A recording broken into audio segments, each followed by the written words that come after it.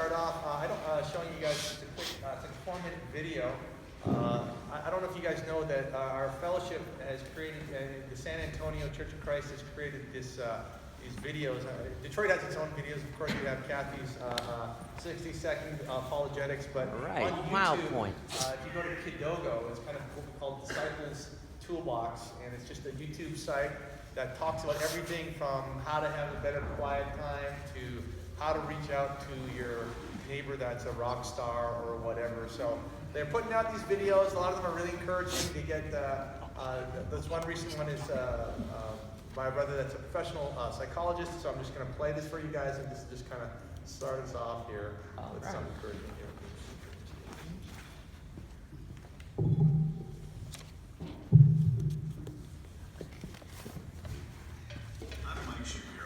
For the past 36 years, I've been a practicing clinical psychologist. Before I became a Christian at age 31, I thought that psychology was strictly a 20th century invention.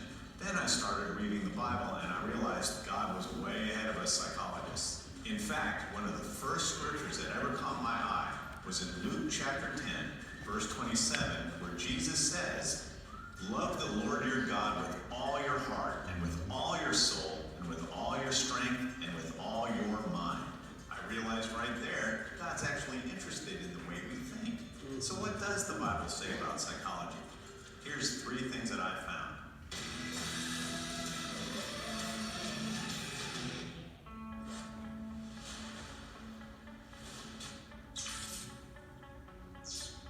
In the 1960s, a famous psychologist named Aaron Beck came up with what's now known as cognitive behavior therapy, or CBT. The premise of CBT is that what we think influences our emotions, not the other way around.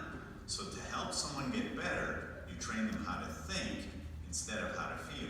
Even though Beck was credited with developing CBT in the 1960s, 1900 years before that, the Apostle Paul was talking about it in Philippians chapter 4.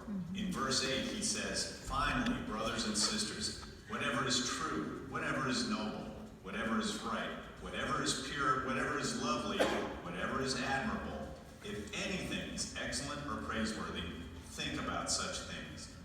Paul understood that the way we think, when we think about positive things, it brings us peace. So Christians have been practicing this for 2,000 years.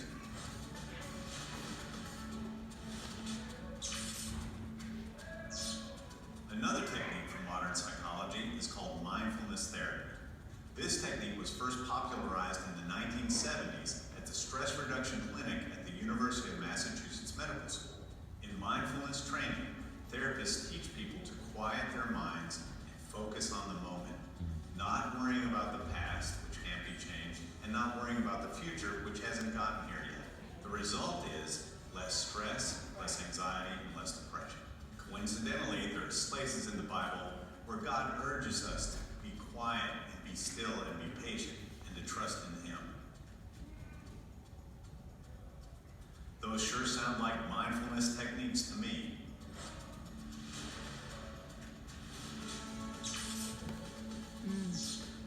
Research stemming from the Forgiveness Project at Stanford University has shown that those who forgive have fewer health problems and less depression. It's also been shown that failure to forgive actually results in a higher incidence of certain diseases like cardiovascular disease and cancers. Again, thousands of years before any of this, we see multiple passages in the Bible that talk about forgiveness. For example, in Matthew 5, it says, "Blessed are those who hunger and thirst for righteousness, for they will be filled. Blessed are the merciful, for they will be shown mercy." God blesses those who are merciful and forgive. And I've known many Christians who, once they put forgiveness into practice, have gone on to live healthier and happier lives. You know, the Bible says way more about psychology than these 3 things. And I'm not disparaging psychology.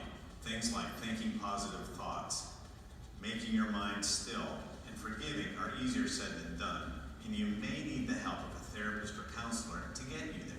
But the fact is, God knew about these human conditions way before your therapist or counselor figured this out. My wife and I frequently talk about topics just like this. If you want us to give a workshop or a seminar in your city, please get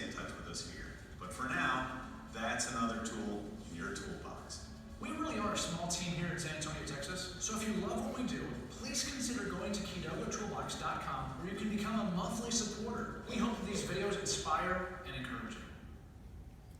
Nice Sweet. video, eh? Fantastic. All right. Very cool, very cool. Okay, so last midweek we were together. I think it was a congregational, and we had I had to make an announcement. So I had to make an announcement about Ben and Jen Weatherston moving off to Grand Rapids. Here it is. I'll just hold it, guys. Make it, That's make cool. it easier. But prior to that, I don't know if you guys remember, though, for those of you that were here, we did a midweek on church discipline. Remember that? Yes. And I hope that was actually encouraging for people. You know what I mean? And that was the intent, was to take a topic that people go, oh my goodness, what are they going to do? And to go like, no, it's just, there's a lot of wisdom when you look into the scriptures about how a man or a woman of God approaches this topic, how we exert it as a church, or even how you would do it with your children and so forth. But so today, I want to talk about schisms. Schisms. Oh, wow. Raise your hand if you've heard this word before here. Okay, great. So let me just define it here in the dictionary. It says that this is the dictionary definition: a division or a disunion, especially into mutually opposed parties.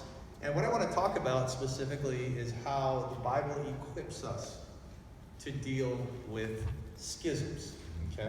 And schisms or disunity, or the thing that makes you and I disunified, it's like a condition of the heart. So I want you to imagine this. Imagine instead of schisms, I had the word lust. Okay? Now, lust is a condition of the human heart. It's always going to be something, as long as we're on earth, that we battle with. But what, if you're a disciple, is that you realize, and especially if you've been a disciple for a while, is that the Bible gives us tools to fight it. It's not just about, oh, I messed up and I can't ever change this. It's like, no. So, and if you've been a disciple for a while, for lust, you realize, what are some of those tools? Accountability, openness, just the honesty of another brother, asking each other, like, oh man, I didn't have this before I was a Christian, so I was just, and so you have a whole conviction about lust, first of all, because in the world you don't care. But in the church you do, but not just that you care as a disciple, but you're equipped. And so I want to talk about schisms, like, okay, the disunity that occurs between people and groups. And even more specifically, racism, sexism, ageism. And does that sound exciting to talk about? Actually, it sounds pretty daunting, right? It's daunting because we know that these are emotional topics. Everyone here has been touched by one of these three. We've all felt it, and we've all done it. We've all made judgments that were unfair. We've used group identity to define people. We've lumped people in. We've experienced it. And this is what the world crams down our face, right? That's right. Right? We see this all the time. Galatians chapter 5, verse 19 says the acts of the sinful nature are obvious. And it lists off the acts that are sinful. And one of them is factions. Yeah. Which is when groups of people, hate each other. And so we've all, I'm Korean, and I grew up in a place where when there was a lot of Asians, we used to divide by Asian, like, oh, those are the Chinese guys, and they're the Japanese guys. And, Right. and sometimes when you're, a testosterone-filled, teenager that's Asian, you start to, you kind of get your swagger by dividing yourself. Yeah, let's just hang out with the Korean teens. And this is the way we used to talk, but it was sinful in the eyes of God, right? Oh, yeah. Sexism. You grow up and kids and boys make jokes. It's a world that objectifies women, and there's hatred and there's tension between the two genders. Ageism, it's very real, right? And again, all these things can bring up and evoke in every one of us really bad emotions. But the great thing is that the Bible gives us and equips us as Christians. Just like I said, with lust, it's like, okay, we all recognize this is a problem, but we got to use the tools that the Bible gives us. Right. And in the same way, we look at this and go, man, this is a huge problem in the world, and it can be a problem in the church if we don't use the tools that God gives us. And so what I want to do is, just give us common ground that we talk as disciples, and then kind of peel back the layers in terms of how we ought to think about these things. So one of the goals, obviously, is to deepen our unity with meaningful dialogue and shared experience. So I'm sure you'd all agree, what makes our church so awesome is the diversity. It's that we're multi-generational. It's that you see guys in leadership like Andrew Elliott, who's in his 20s and he's getting up there and he's leading people. And then you'll see, the older guard, and you'll see older brothers, you'll see people in their 30s, 40s, 50s, and 60s, and men and women of influence at all ages. It's awesome. Isn't it awesome? Aren't you proud of having a church that's multicultural? Yeah. You can go down the road and there's a church up on Haggerty, and it's great. They teach a lot of great Bible. They're all like the same age and the same nationality, honestly. But there, I just drop by, it's like, oh, everyone's this, and everyone's just right around this 40s and 50s age. And you could go to they're just down there. There's a Korean church just down the road here, and it's probably full of nice people. There's all Korean people though, and it's not even a lot of Korean people in this area, but somehow they managed to find all of them and form a church with them. Right? Our goal is to deepen our unity with meaningful dialogue and shared experience. In order to do that, in other words, to be able to when you have a younger person working in concert with an older person, and respect and love is exchanged, I'm sure we'll all agree it's a beautiful thing. Right. Oh, yeah. Easier said than done, right? It's one thing to have like a music video of them all singing together. Oh, I think we have unity like that. Okay, it's a music video. Chill out, right? It's another thing to actually create a family and a community that actually works together like that, right? And so again, we've got to find common ground first. And then I want to talk about 3 convictions that we have to overcome schisms. But then also just uncovering the layer of understanding what drives these things. Okay? So let's go. So the first one is arguing is sinful. This is very important because as we talk about having a dialogue, right? Whether exchanging ideas of how do the millennials feel about the baby boomers? How do the baby boomers think about the millennials? How does Generation X look at that? And again, if we come from a perspective of like, oh yeah, I don't like you. The Asians, Caucasians, the African Americans, the Japanese, again, have meaning. Arguing is sinful. And whether we're talking honestly about a husband and wife talking and their schism, or whether we're talking about black and white, young and old, man and woman, we got to have a conviction, church, that arguing is sinful. It says in 2 Timothy 2, don't have anything to do with foolish and stupid arguments, because they produce quarrels. Right. The Lord's servant must not be quarrelsome, but must be kind to everyone, able to teach, not resentful. We've all been in arguments. Remember, that feeling when you're in an argument where you just can't even be nice anymore? Yeah. You can't be kind because you're so steaming hot. Because that person wasn't listening. What they said was so stupid. Whatever. You just get so angry. I mean, I've talked with some of you where we get the wrong topic and we just get going. We get upset. But it's sinful, and it says, well, how can you be kind to everyone if we start getting involved into arguments? So understand that as a disciple, you and I have to have a conviction that arguing is sinful. It says here, whoever loves a quarrel loves sin. Oh, some people like to argue. You have a water, sweet? But the Bible says that whoever loves a quarrel loves sin. Look at this other passage here. This is in 1 Corinthians chapter 3. Paul says, brothers and sisters, I could not address you as people who live by the Spirit. And he's talking to disciples, but as people who are still worldly, mere infants in Christ. I gave you milk, not solid food. You were not ready for it. Indeed, you were still not ready. You are still worldly. For since there is jealousy and quarreling among you, are you not worldly? Are you not acting like mere humans? This is a very powerful passage because a lot is being implied and said directly to the disciples in this passage. But he's saying that by the way that you guys are arguing, Paul said, I can't think, you're not spirit-led people, you're worldly. Wow. Oh yeah. You're a world, and you need milk. You can't take deeper, I know you think you need deeper teaching, but your heart is in such a place, you're still very worldly. Wow. And I love this passage where it says at the very end, it says, are you not acting like mere humans? In other words, the implication is that we can't act like normal people. Like, you can't just act like mere men and women. You can't just act like the people in the world. You can't just act like the people on social media. Oh my goodness, shaking my head. Look at this. Oh, I'm just so mad at all this. You can't be like that if you're a disciple. You're just being worldly. And so you have to have a conviction. church, that if we're going to talk about how God equips us to battle schisms, and again, whether I'm talking about a husband and a wife, or I'm talking about all the different age groups, is that, first of all, we have to realize arguing is sinful. Oh, yeah. Because it breaks down the ability to have healthy dialogue and to learn from each other what we need to learn. Okay, so that's a basic truth about unity.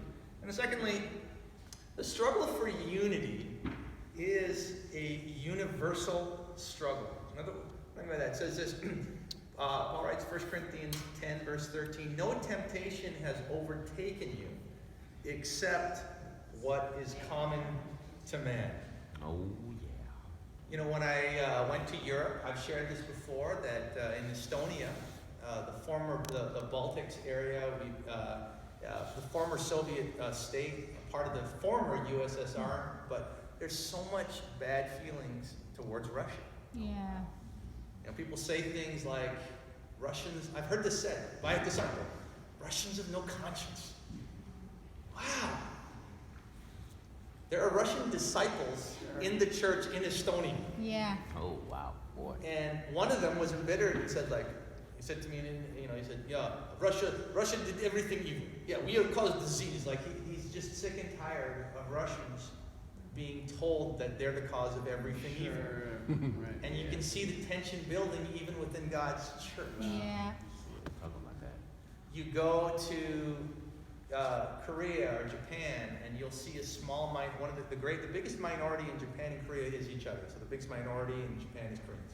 The biggest minority in Korea are Japanese. But you see that even there's tension. But only in the kingdom. What was beautiful about our church in Tokyo at one time, it was led by a Korean brother named Frank Kim. And again, you see the beauty of God's kingdom. But you understand that, the schisms that occur, it's a universal struggle. Yeah. Of course, we know what Nazi Germany did to the Jews. It's white people did it to white people. Asians have killed Asian people. In Africa, there's tribal wars that have gone forever. Yeah. Oh, yeah. I shouldn't walk away from this going, man, you mean to tell me, like, I feel like there's nobody that understands what a Canadian Asian goes through. It's like, no.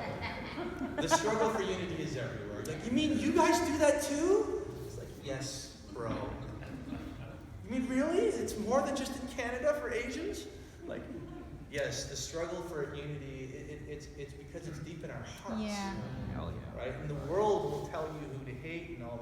But again, these are just fundamental convictions that we have to be equipped with if we're going to engage in dialogue, if we're going to help our neighbors, if we're going to help the people studying the Bible, if we're going to make sure that God's kingdom truly reflects the diversity that God's kingdom needs to. Amen? Amen. That's what you're talking And then about. lastly, this is the third unified conviction, is that Jesus is the only way to true unity. Yeah. He's the only way that's going to unify the old and young. It's the way that's going to unify black and white. It's going to unify man and woman. Why? Because it says this, He himself is our peace, who has made the two groups one. He has destroyed the barrier, the dividing wall of hostility, by setting aside in his flesh the law with its commands and regulations. And that refers to not just the law, the Jewish law, but a way of thinking. A way of thinking where we keep checklists and rights of each other's wrongs. You did this, and literally you look at tribal wars that have lasted for centuries. It's really about it's the power of man just keeping record of wrongs. And it just keeps escalating. His purpose was to create in himself one new humanity out of the two, thus making peace. And in one body to reconcile both of them to God through the cross, by which he put to death their hostility. The one thing that can get us both to shut up and be humble is when you and I recognize what Jesus Christ has done for us. That's what we're talking I about. have a lot of things to say. I get jacked up. Hey, I just want you guys to know what it's like to be a Canadian. I'm going through a lot. I want you to know what it's like to be an Asian. Man, you guys don't know, do you? Only a few of you. But when I remember who I am before God, all of a sudden I want to shut up and I want to listen. Oh, yeah. Right? It's that whole where God said, Jesus tells a parable, right? Where he's like, God, you owed God $1 million. God said, don't worry about it. And then somebody owed you like $20 and you got jacked up about it. And basically God said, you're a loser if you do that. Like, you are an idiot if you're getting jacked up about $20 and I let you go for $1 million. And that's what he's saying our relationship is like. We get mad because we feel like we're owed something, right? Yeah. Whether it's money or respect or recognition, or you don't see how much I've been.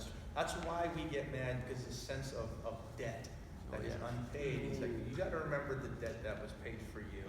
And that's what brings you and I on that level ground, right? And he's saying, well, this is, Jesus is the only way to unity. That's what's going to unify our marriage. You know what? Oh man, how do I get over my spouse? I've been carrying the marriage. I've been doing 90% of it. You know what? God, that thinking that we can sometimes fall prey to. How do I forgive this person? And again, it's just saying, hey, Jesus is the only way to unity. Okay? Unity for unity's sake doesn't work. Right? Yeah. Singing a song at a concert doesn't unify you. It's, oh, I love you, man. Hey, your lives aren't unified. You're not loving each other. Like, you're not working through each other's sin. You're just enjoying a moment. And so what I want to do is uncover 3 layers. And what do I mean by uncover 3 layers when we talk about schisms? Because I think what helps battle any type of sin is when we grow in our understanding of what that sin really is. And so again, using lust as a case study, we're like, okay, when you understand what it is, in other words, it's like, yeah, I just can't stop looking at girls. Like, there's an idolatry there. There's an emptiness that's being filled there. There's a lot more than just you can't stop looking. There's something in your heart where you're getting your joy from something other than Jesus Christ. Yeah. And so let's talk about that, and let's talk about what the real issues are. And we've all been in places ourselves, and we've seen people that are getting upset about something, but they're really upset at another thing. You know what I'm saying? You come in, and you just walk, and you're just like, man, I'm so angry, at guys that work at Ford and are deacons and tell me what to do. And I just feel like, what are you talking about? It's just like, who, is there somebody that hurt you? Ford guys, well, what kind of Ford? There's a lot of guys that work for Ford. Guys at Ford, that name start with the letter S. I can't stand them. It's like, I think you're mad at something. Okay, you're mad at Sean Alexander. Uh-oh. Why did you come across saying that you're mad at Ford guys, right? But we've all done something like that, right? Like where you're mad at the world, you put something on social media, you start acting like an idiot, and so that you need someone to draw you. I'm like, hey, I think you're just mad at this, and uncovering those layers of what it is. And so, one of the first layers that when you understand is self-awareness. Okay, you want to open a conversation about racism, sexism, ageism. Like I said, anyone who listens to the word but does not do what he says is like someone who looks at his face in a mirror, and after looking at himself goes away and immediately forgets what he looks like. A mark of a truly spiritual person is someone that sees themselves as they are. Paul said, I'm the worst of sinners. I think Paul was a pretty spiritual guy. King David said, man, I'm sinful at birth. Isaiah, when he saw the Lord, goes, I am an unclean man. It's kind of a theme here between these men that we respect their spirituality. They're very self-aware. And the Bible says, hey, when you are in the Word, you see, it's like a mirror. You see yourself. Oh, yeah. You see yourself as you are.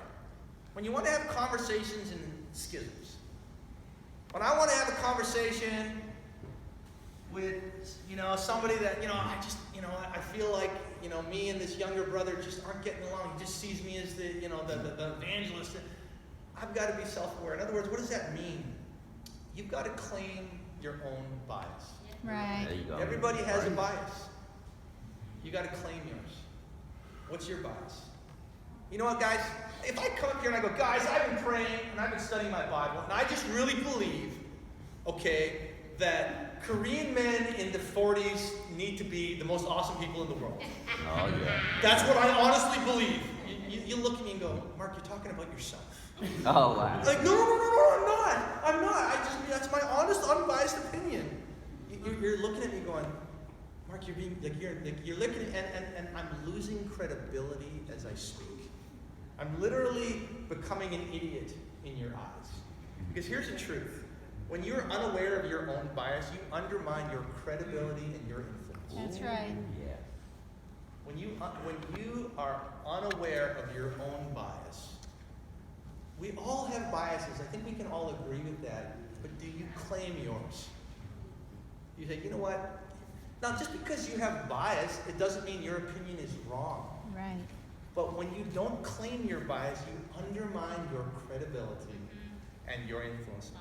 There was a brother in Indianapolis, and I was in a discussion. He's an elder. His name's Dan Lefevre. And there was a discussion as to where we need to put our new minister. And we were, some people were like, well, we need to put him in the teens. We need some people in our singles ministry. We need it in the campus. And he said, first of all, I'm completely biased because my daughter, Amber, is in the campus ministry. Yeah. But I really think she needs to be, we need to go into campus. And he just shared. But everyone knew he was going to angle that way because his daughter was there. But for him to claim that bias, it made us all feel like, hey, this is a brother that's self-aware. Yeah. He's telling me, he claimed it right. He goes, I'm totally biased, guys, and I'm just going to throw it out there, but this is what I really think. And again, as we talk through these things of schisms, right, like when we talk husband and wife, I don't know what it's like to be a wife. I don't know what it's like to wake up or to be you. But here's what I'm feeling. That's a lot different than, well, what do you do? It's easy to be a woman. Come on. It's like, I'm losing you the minute I start talking like that. Right? It doesn't mean that my opinions don't anything. But again, when you are unaware of your own bias, you undermine your credibility. And even if no one says, they're quietly thinking, yeah, you just think that way because you're Asian. You're just saying that because you're old. You're just saying that because you're young. You're just saying that because you're a man. That's what we're thinking when you don't claim your own bias. So the layer number one, be self-aware and claim your bias. Layer number two on this topic is fear of people. Yeah. Proverbs 29 says, fear of man will prove to be a snare. Mm-hmm. Whatever trusts in the Lord is kept safe. Mm-hmm. This is an important topic when you talk about racism or when you talk about ageism. And my question to you is, who's influencing you to think on this topic? Mm-hmm. There are people that, I've known men that were feminists only because they were too terrified of their wives to not be. That's just the truth. Yeah. Because when I talked with them alone, they were like, no, actually, I agree with you. I'm not really, and then he goes, but these individuals, I live with my wife, you don't, and I can't, and so everything that he heard was in the filter of, what's my wife going to think if I don't think the way that she does? I've known disciples, and a lot of disciples, we have, in our family, we have members that are homosexual. And as obviously as a disciple, there's a Christian ethic about, we love our family, we love our homosexual family, but there are disciples that will battle with that conviction, not because it's not clear in the scriptures, but because someone they love is homosexual. Right. That's right. Right? They're like, well, I don't know if it's a sin. Really? You're just afraid to talk to that person. And we're all afraid of people sometimes. And again, how are we going to unpeel the layer of this topic, right? When I grew up, and I've shared this with the church, in my teen years, right, and there was kind of a wave of sort of black culture that kind of took over pop culture. And so as funny as it sounds, my brother and I got really into it, right? So we were listening to rap, and we were watching Spike Lee movies, and I was like studying out whatever, Martin Luther King. I started memorizing his speech, and I memorized the lyrics of so many of these rap songs, right? From like Run DMC to like, Public Enemy and all that stuff. And it just, so it's just these Asian guys trying to be black, right? And all that stuff. But I remember, it was so funny, I just remember like, it's just this phase I was in, right? That what I thought about, so much of like, what I didn't actually have a chance to think, because I just thought, well, I want my brother to think I'm cool, and I want, so what I thought on these topics immediately went to, well, what's Dave going to think?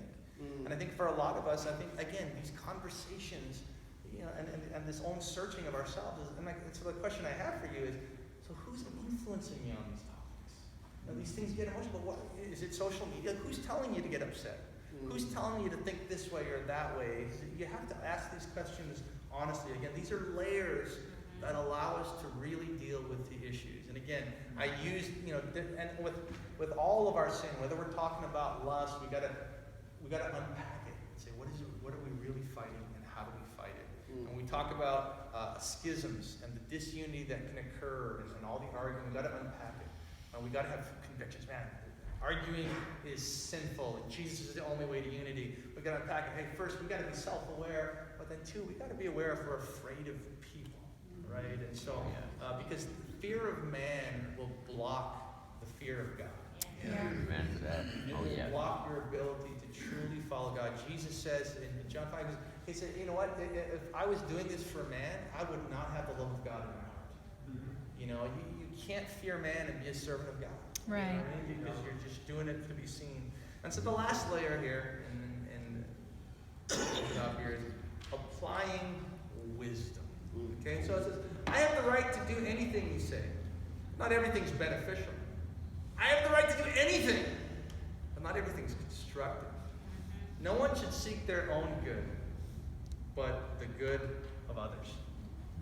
You know, to apply wisdom means to seek the perspective of God. You know, a lot of times the conversation comes to when we talk about these things is, you know, what are my rights? What am I allowed to do? And that's not something wisdom asks. Wisdom doesn't ask, what am I allowed to do? What's biblically allowable? Wisdom asks, what's the best way I can be helpful in this situation? Oh, yeah. Right? Wisdom, to apply wisdom is to seek the perspective of God. You know, the old saying, WWJD, what would Jesus do? It's not, what did Jesus say, but it's what did Jesus do? There's a reason why the Gospels is not like a top 10 list of the things that he told us to do. It's a story of the way that he interacted with people and the things that he did, and he's calling us to imitate. This is another, and so part of applying wisdom means to, you know, get past our own anger. So whether it's our relationship with my wife, who would represent, you know, the opposite sex, which, you know, in all our marriages, we have to overcome sexism. Like a marriage would be a great example of overcoming this schism that is just part of our sinful nature. Or even if you're single, the dating perspective of, you know, being frustrated with the opposite sex or whatever that could be.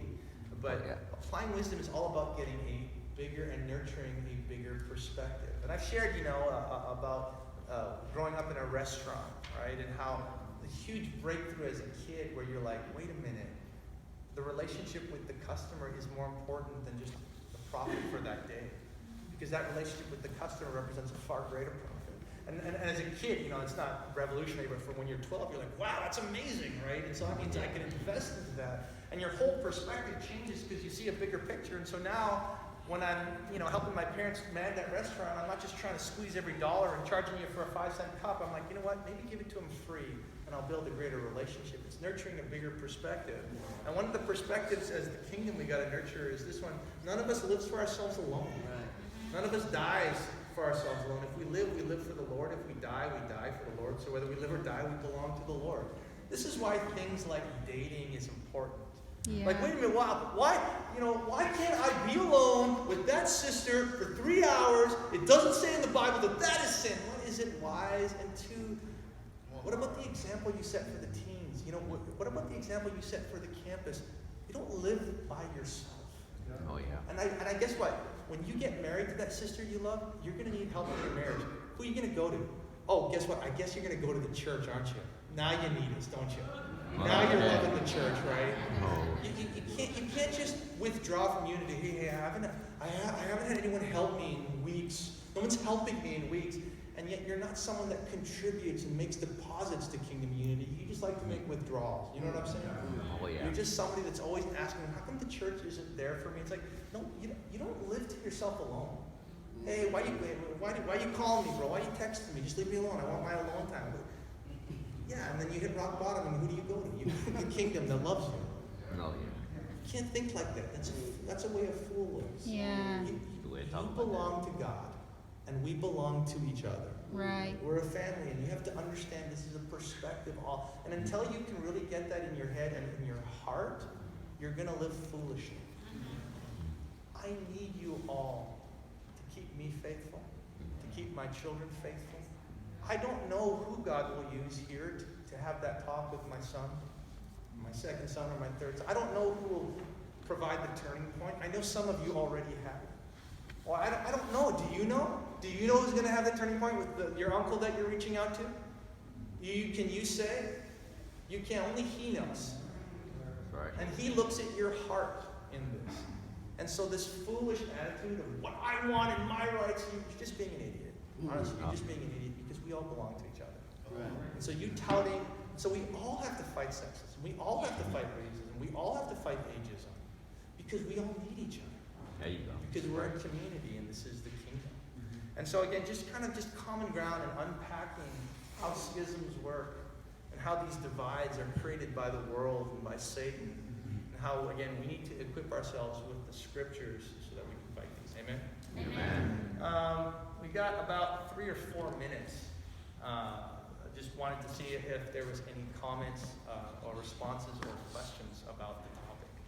I know it's, hopefully it's an encouraging lesson, but it can be Oh yeah.